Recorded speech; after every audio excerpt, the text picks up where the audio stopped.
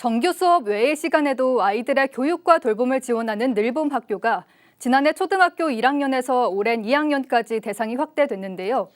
새 학기가 시작된 지 어느새 일주일이 넘었는데 늘봄 학교가 확대 시행되면서 지난해와는 달리 학교 현장에선 혼란이 이어지고 있습니다. 박영훈 기자의 보도입니다.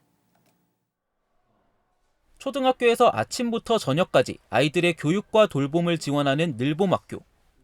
늘봄 학교는 수요에 따라 정규 수업 전 진행되는 아침 늘봄과 정규 수업 이후 진행되는 오후, 저녁 늘봄으로 이루어집니다.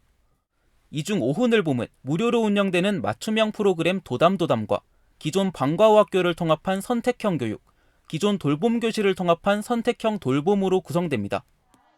지난해 1학년을 대상으로 처음 운영되고 올해부터는 2학년까지 대상이 확대됐는데 새학기가 시작된 이후 일선 현장에선 혼란이 이만저만이 아닙니다. 올해 새롭게 발령받은 늘봄학교 담당 인력들이 학생들이 어느 교실에 들어가야 하는지, 언제 마치고 귀가하는지 등을 제대로 챙기지 못하면서 학부모들의 불편 목소리는 커지고 있습니다.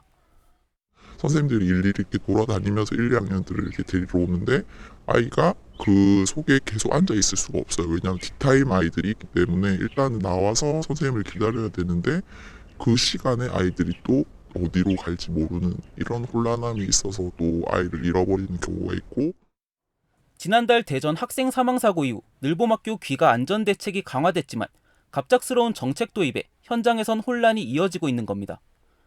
개학 일주일 전인 지난달 25일 갑작스럽게 일선 학교의 귀가 안전 대책 공문이 내려오면서 늘봄학교 담당 인력인 늘봄 실무사들은 업무 파악도 제대로 하지 못한 채 현장에 투입돼 업무 부담을 고스란히 떠안았습니다. 실무사 한 명을 갖다 놓고 대면기가도 해라, 서류도 해라, 전화도 받아라. 지금 그러고 계시거든요. 보통 8시간 근로로 들어와 있는데 추가를 안 한 실무는 거의 없습니다. 하루에 한 명씩 관두고 있어요. 늘봄 실무사 혼자서 많게는 학생 수백 명의 안전관리를 도맡게 된 건데 학생마다 하교 시간이 제각각이라 본래 업무인 행정 업무조차 제대로 할 수 없게 된 겁니다.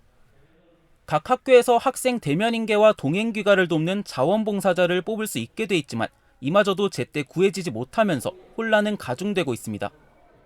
울산시 교육청이 올해 발령한 늘봄 실무사는 121명, 늘봄학교 업무를 총괄하는 늘봄지원실장은 24명으로 실장 1명이 학교 서너 곳을 도맡고 있는 실정입니다. 내년이면 늘봄학교가 초등학교 전학년으로 확대 시행되는 만큼 더 이상 교육 현장에서 혼란이 생기지 않도록 교육당국의 정책 개선이 시급해 보입니다. JCN 뉴스 박영훈입니다.